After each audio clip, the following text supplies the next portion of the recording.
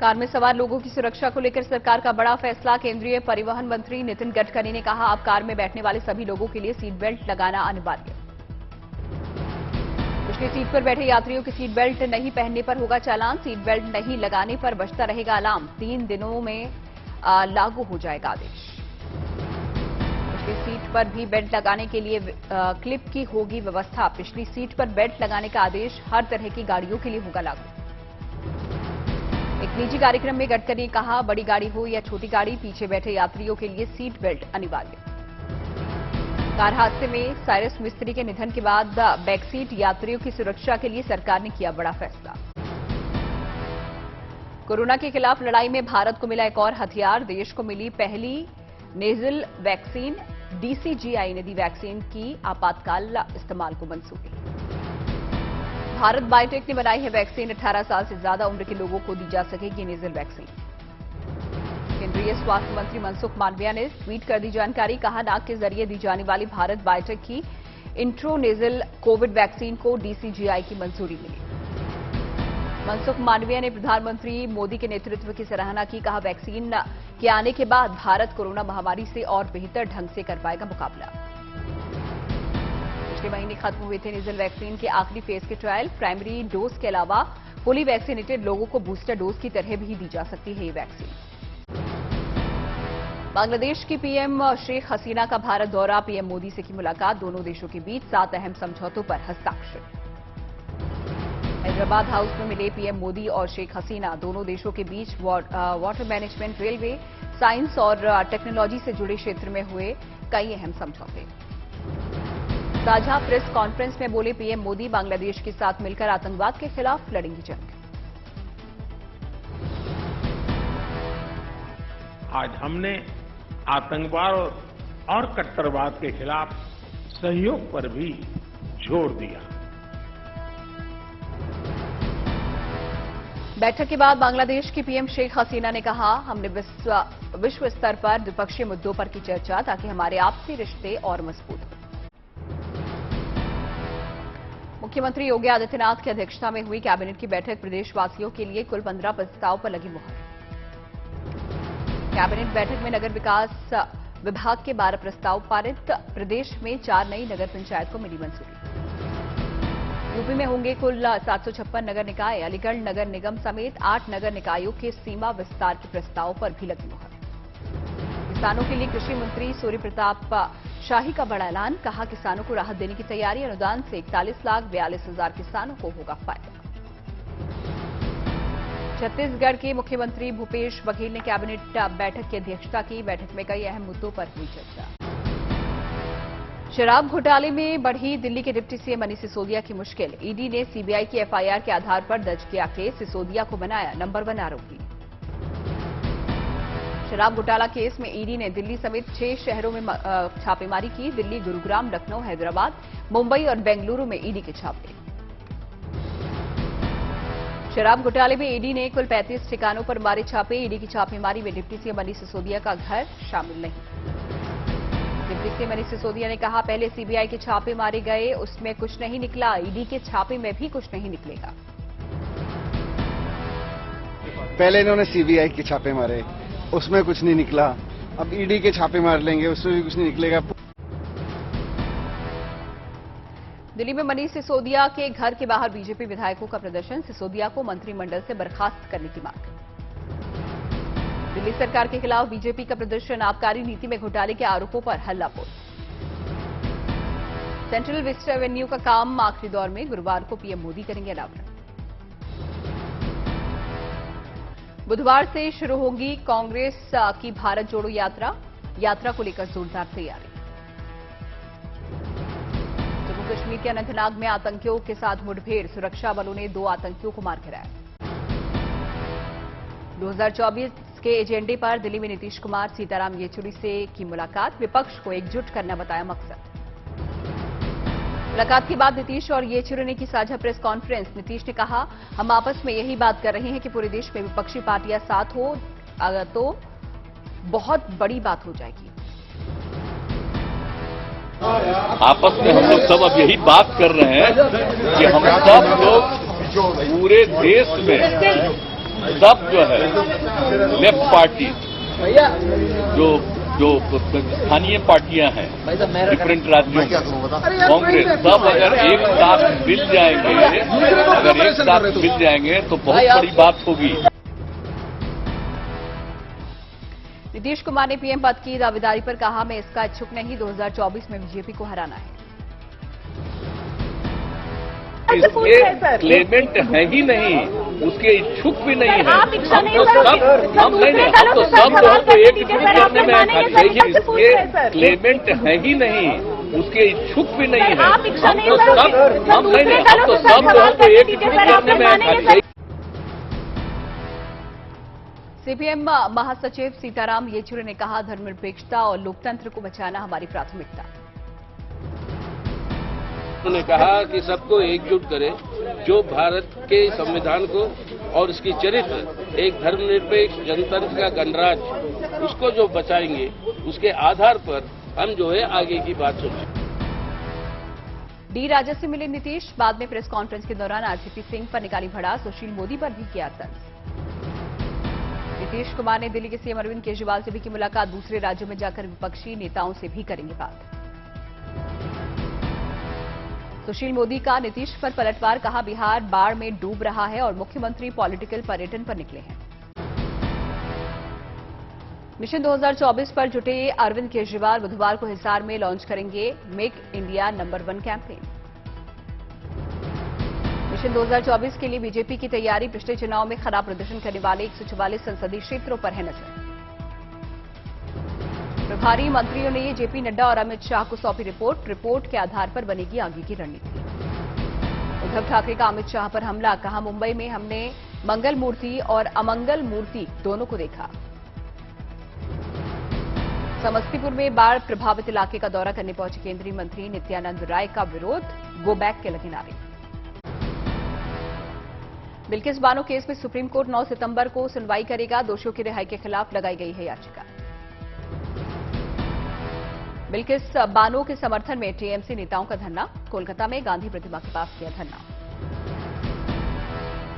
UP के कुशीनगर में 20 दलित परिवारों ने लगाया घर छोड़ने का पोस्टर, ग्राम प्रधान पर प्रताड़ित करने का आरोप। लखनऊ के लिवाना होटल में लगी आग की जांच हुई थी, 3 सदस्यीय कमेटी का किया गया गठन। इंदौर में लोकायुक्त पुलिस ने लेबर इंस्पेक्टर को रिश्वत लेते हुए पकड़ा, वेतन में गड़बड़ी ठीक करने के नाम पर मांगे थे रुपए। राजस्थान के कोटा पहुंचे लोकसभा अध्यक्ष ओम बिरला, केंद्रीय शिक्षा मंत्री धर्मेंद्र प्रधान भी रहे साथ, शिक्षकों के सम्मान समारोह में लिया हिस्सा। महाराष्ट्र के राज्यपाल भगत सिंह कोश्यारी से मिले सीएम एकनाथ शिंदे, गणेश चतुर्थी समारोह और पूजा के लिए दी बधाई। अनाथ बच्चों के लिए उत्तराखंड के मुख्यमंत्री पुष्कर सिंह धामी का तोहफा, जीजीआईसी राजपुर रोड पर शेल्टर होम का किया उद्घाटन। 2024 की तैयारी में बीजेपी, 3 दिन के दौरे पर कल्याण आएंगे केंद्रीय मंत्री अनुराग ठाकुर, बीजेपी कार्यकर्ताओं से करेंगे मुलाकात। यूपी के डिप्टी सीएम ब्रजेश पाठक का अखिलेश यादव पर हमला, कहा एसी कमरे में बैठकर पुरानी तस्वीरें दिखा रहे हैं। हरदोई जिले के दौरे पर थे डिप्टी सीएम। बीजेपी को लेकर आईएनएलडी नेता अभय चौटाला का बड़ा बयान, बोले तीसरे मोर्चे के गठन के बाद कांग्रेस की तरह खत्म हो जाएगी बीजेपी। मुंबई में गणेश उत्सव की धूम, लालबाग के राजा के दरबार पर पहुंचे अजय देवगन और रश्मिका मंदाना, बप्पा की पूजा कर दोनों ने लिया आशीर्वाद। महाराष्ट्र के औरंगाबाद में चौंकाने वाला मामला आया सामने, लॉकडाउन के बाद से छात्र नहीं आ रहे स्कूल, अधिकारी ने जारी किया नोटिस। छत्तीसगढ़ में सुकमा पुलिस को मिली बड़ी कामयाबी, एक महिला नक्सली समेत 3 नक्सलियों ने किया सरेंडर। पानीपत में दशहरे की तैयारी, हरियाणवी धोती और जयपुरी जूती पहने नए अंदाज में दिखेगा रावण, रावण को तैयार करने में जुटे हैं 15 कारीगर। मदरसों के सर्वे के खिलाफ जमीयत उलेमाए हिंद की बैठक, कहा असम जैसी स्थिति ना करे सरकार, यूपी में मदरसों के सर्वे को बताया सरकारी दखल। महमूद मदनी ने मदरसों के बिना सरकारी मदद के चलने का दिया हवाला, कहा शक करना उचित नहीं, हम बातचीत को तैयार। 24 सितंबर को देवबंद के दारुल उलूम में फिर होगी बैठक। यूपी के अल्पसंख्यक कल्याण राज्य मंत्री दानिश आजाद अंसारी ने मदरसों के सर्वे के पीछे बच्चों के बेहतर भविष्य और अच्छी शिक्षा का दिया हवाला। मात्र एक सर्वे है, ताकि भविष्य में अगर हम कोई योजनाएं बनाते हैं, कोई पॉलिसी बनाते हैं, कोई स्कीम लाते हैं, तो उससे उन मदरसों को भी, उन छात्रों को भी फायदा हो। ये तो हम फायदा पहुंचाने के लिए और तरक्की के रास्ते खोलने के लिए सर्वे कर रहे हैं। भविष्य कानपुर विकास प्राधिकरण और आईआईटी कानपुर में समझौता, तकनीक की मदद से रोकेंगे प्रॉपर्टी से जुड़े फ्रॉड। भारत की अर्थव्यवस्था पर आई गुड न्यूज। मूडी ने कहा, भारत की अर्थव्यवस्था पर नहीं होगा वैश्विक चुनौतियों का असर, जारी रहेगा सुधार, बरकरार रखी भारत की रेटिंग। अवैध खनन के खिलाफ एक्शन में हरियाणा सरकार, 29 गांव में ड्रोन के जरिए रखी जाएगी अवैध खनन पर निगरानी। मौसम विभाग ने बेंगलुरु में जारी किया येलो अलर्ट, अगले 2 से 3 दिनों में भारी बारिश का अनुमान। यूपी सरकार अल्पसंख्यक बाहुल्य क्षेत्रों में आयोजित करेगी विशेष रोजगार मेला, अल्पसंख्यक नौजवानों के लिए खुलेंगे रोजगार के अवसर। कटिहार में चलती डीएमयू ट्रेन के इंजन में लगी आग, स्थानीय ग्रामीणों और यात्रियों ने बुझाई आग। यूपी के फर्रुखाबाद में वैध रूप से चल रहा नर्सिंग होम हुआ सील, शिकायत के बाद स्वास्थ्य विभाग ने की कार्रवाई। गुरुग्राम में 25 गांव के लोगों ने बुलाई महापंचायत, जमीन अधिग्रहण का विरोध। अलीपुरद्वार में निवेश लामा नाम के शख्स ने शुरू की ओपन एयर लाइब्रेरी, युवक की पहल को सराह रहे हैं लोग। दरभंगा से अजमेर स्पेशल ट्रेन के फेरों में इजाफा, धार्मिक स्थल की यात्रा होगी आसान। अयोध्या में धार्मिक स्थलों को अब देना होगा केवल प्रतीकात्मक टैक्स, नगर निगम ने जारी किया नोटिफिकेशन। बेंगलुरु में भारी बारिश के बाद कई इलाके पानी में डूबे। बेंगलुरु में भीषण बारिश से जलमग्न हुआ शहर, ट्रैक्टर की मदद से लोगों को सुरक्षित जगह भेजा गया। कर्नाटक में घंटों हुई भारी बारिश, बरसात के पानी में डूबा सिलिकॉन सिटी बेंगलुरु। बेंगलुरु के हालात पर सीएम बोम्मई का बड़ा बयान, बारिश रुकने पर 15,000 करोड़ के वाटर ड्रेन का टेंडर होगा जारी। कर्नाटक के तुमकुर में भारी बारिश के चलते बाढ़ जैसे हालात, कई एकड़ फसल हुई बर्बाद।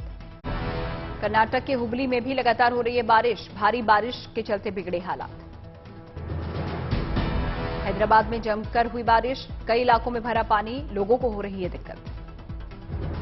तमिलनाडु के सेलम में घरों में घुसा बाढ़ का पानी, जलस्तर बढ़ने से बुजुर्ग महिला की मौत। बिहार के मुंगेर में बाढ़ के पानी के साथ बहकर आया मगरमच्छ, कई मवेशियों को बनाया शिकार।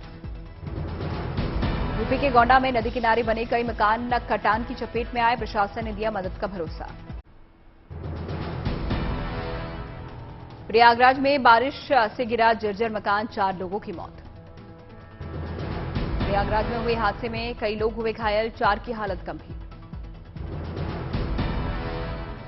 टोंक में धार नदी में बह गया वकील, सुरेली गांव के पास हुआ हादसा।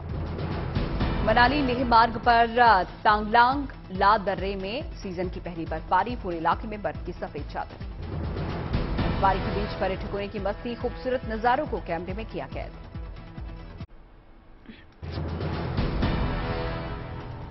लिज ट्रस ने क्वीन एलिजाबेथ की मौजूदगी में ली ब्रिटेन की प्रधानमंत्री पद की शपथ, 47 वर्षीय लिज ट्रस बनी तीसरी महिला प्रधानमंत्री।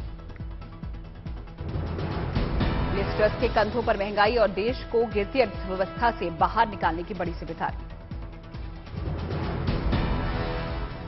अमेरिका में लेबर डे पर राष्ट्रपति बाइडेन ने देश की सबसे पुरानी रिपब्लिकन पार्टी पर जमकर साधा निशाना, कहा यह पुराने जमाने वाली रिपब्लिकन पार्टी नहीं है जो मजदूरों के लिए समर्पित थी। इजरायल के राष्ट्रपति आइजैक हरजोग ने जर्मनी की संसद में अपना संबोधन दिया। हरजोग ने 1945 में ब्रिटेन की सेना में शामिल और जर्मनी में नियुक्त अपने पिता का भी किया जिक्र।